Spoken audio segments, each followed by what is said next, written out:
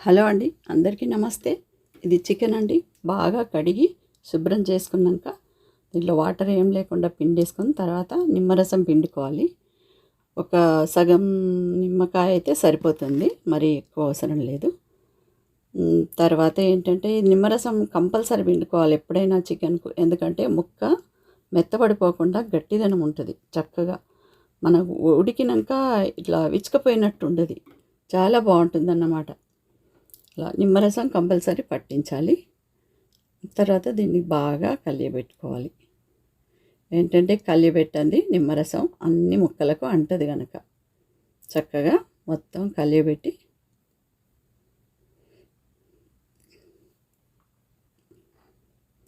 నిమ్మరసం వేశాక తర్వాత కొంచెం పసుపు వేశాక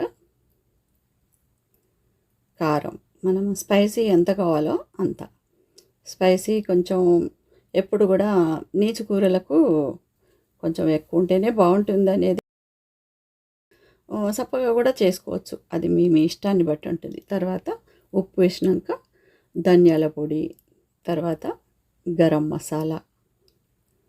ఇది గరం మసాలా మా అమ్మాయి వేస్తుంది ఇప్పుడు. ఇవన్నీ తనే ప్రయత్నాలే, తన వంటలే, చాలా బాగా చేస్తుంది. తర్వాత కొంచెం ఇది చికెన్ మసాలా అండి, అని తను ఒక బాటిల్లో పోసుకుంది.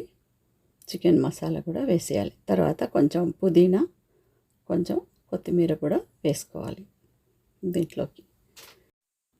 ఇలా మొత్తము పట్టించాలి.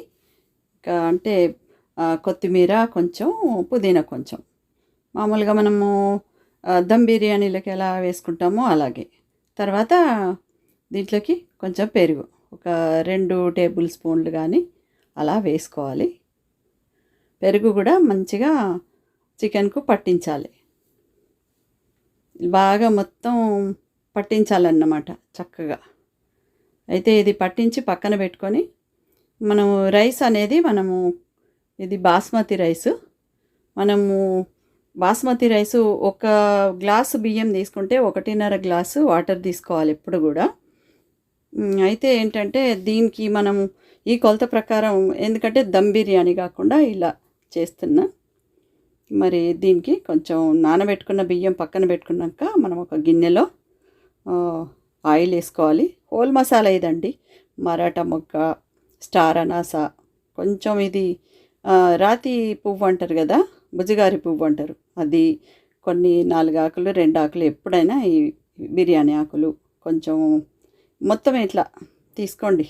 అన్ని రకాల తీసుకొని నూనెలో వేశాక పచ్చిమిర్చి కూడా కొంచెం కట్ చేసి వేసుకోండి, లైట్గా ఘాట్లు పెట్టి. తర్వాత ఉల్లిపాయ ముక్కలు వేసుకొని చక్కగా కరివేపాకు కొంచెం ఇలా వేసి బాగా చక్కగా కలుపుకోవాలి. వేగిపోవాలి, మనకు పచ్చిగా అస్సలు ఉండద్దు ఉల్లిపాయ, చక్కగా కొంచెం ఎరుపెరుపు రంగులాగా వచ్చేలాగా వేయించుకోవాలి నూనెలో. తర్వాత కొంచెం ఇందులో నెయ్యి వేసుకోవాలి. ఈ నెయ్యి కారణంగా ఈ బిర్యానీ అనేది చాలా సూపర్ టేస్ట్. దీంట్లోకి కొంచెం పుదీనా రెక్కలు కూడా కొన్ని వేసుకోండి. తర్వాత అల్లం వెల్లిపాయ వేసుకొని అంటే కొంచెం చికెన్కి పట్టించడం కదా, ఇందులో కొంచెం వేస్తే సరిపోతుంది. అందులో 1 టేబుల్ స్పూను, ఇందులో 1 టేబుల్ స్పూన్ లాగా అవుతుందన్నమాట. రెండు రకాలుగా వేసుకోవటం, చికెన్కి పట్టించినప్పుడు వేయాలి, తర్వాత ఇందులోకి కూడా వేసుకోవాలి. పోపులో వేసుకొని చక్కగా దీంట్లోకి ఇప్పుడు ఈ కొత్తిమీరని కూడా వేసి చక్కగా కలుపుకోవాలి. మంచి వాసన వస్తుంటుంది దీంట్లో. ఇంకా కొంచెం ఇక చికెన్ పక్కకు పెట్టుకున్నాం కదా, ఇప్పుడు వేసి చక్కగా కలుపుకోవాలన్నమాట. మంచిగా కలియబెట్టాలి చక్కగా. ఆ నూనెలో కొంచెం మగ్గితేనే బాగుంటుంది. కొంచెం మూత పెట్టి ఉంచితే ఏంటంటే మనం పెరుగు వేసాం కదా, చక్కగా కొంచెం వాటర్గా వస్తుంది, చాలా బాగుంటుంది అన్నమాట. ముక్క ఉడికితే దీంట్లో కొద్దిగా అంటే వేగితే రుచి అనేది బాగా వస్తుంది అన్నమాట. కొంచెం వేగనివ్వాలి. కొంచెం వాటర్ వచ్చింది చూడండి, అలాగా. అంటే మనకు చికెన్లో వాటర్ వస్తుంది, కొంచెం పెరుగుతోని వాటర్ వస్తుంది ఇలాగా. ఇప్పుడు మనం బియ్యంను కొంచెం వాటర్ ఏమి లేకుండా చూసుకొని, ఎందుకంటే కొలత ప్రకారం చేస్తాం కదా, అందుకని పూలు లాగా రావాలి చక్కగా రైస్ అంటే ఇలా వాటర్ని మొత్తం వంపేసి బియ్యంను కూడా అందులోనే వేసుకోవాలి. మంచిగా వేశాక చక్కగా కలుపుకోవాలి. మొత్తము చికెన్లో వేసిన రైస్ని చక్కగా కలియబెట్టుకోవాలి. మంచిగా కలియబెట్టాలి, అంటే బియ్యం విరిగిపోవద్దు, జాగ్రత్తగా కలపాలి. తర్వాత దీంట్లోకి వాటర్ వేసుకోవాలి. నేను చెప్పాను కదా, 1 గ్లాసు రైస్కి 1.5 గ్లాసు నీళ్ళు. ఈ కొంచెం తగ్గించేసుకున్నా పర్వాలేదు, బాగా బిరుసుగా ఉండాలి రైస్ అనుకుంటే కొంచెం పర్వాలేదు, కొంచెం ముదురుగా ఉండాలి అంటే మెత్తగా ఉండాలనుకునే వాళ్ళు ఇలా వేసుకోవాలి. వేసుకొని మూత పెట్టడమే. కాసేపు అయినాక చూస్తే దగ్గర పడుతుంది వాటరు. అప్పుడు మళ్ళీ కొంచెం ఒకసారి దాన్ని కలియబెట్టాలి. మనము ఎంతవరకు ఉడికింది కూడా చూసుకోవచ్చు. చక్కగా మెల్లగా జాగ్రత్తగా తిప్పాలి, ఎందుకంటే రైస్ విరిగిపోవద్దు.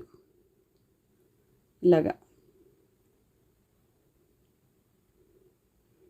ఇలా తిప్పి చక్కగా మళ్ళీ మూత పెడితే దమ్ ఇడుస్తుంది, చక్కగా రైస్ తయారవుతుంది. మొత్తము దమ్ ఇడిచినాక మనం మూత తీసి చూస్తే చక్కగా తయారై ఉంటుంది. ఇది చికెన్ పులావ్. వెజిటేబుల్ పులావ్ కూడా చూపించాను నేను ఒక వీడియోలో, అది కూడా మీరు చూడండి. చక్కగా తయారైంది చూడండి, అసలు వాటర్ ఏం లేకుండా చక్కగా పూలుగా అలా వచ్చేస్తుంది అన్నమాట. ఇది చికెన్ పులావ్. మరి మీకు నచ్చిందా? నచ్చితే తప్పకుండా లైక్ చేయండి, కొత్త వారు సబ్స్క్రైబ్ చేసుకోండి. థ్యాంక్ యూ అండి, థ్యాంక్ యూ సో మచ్.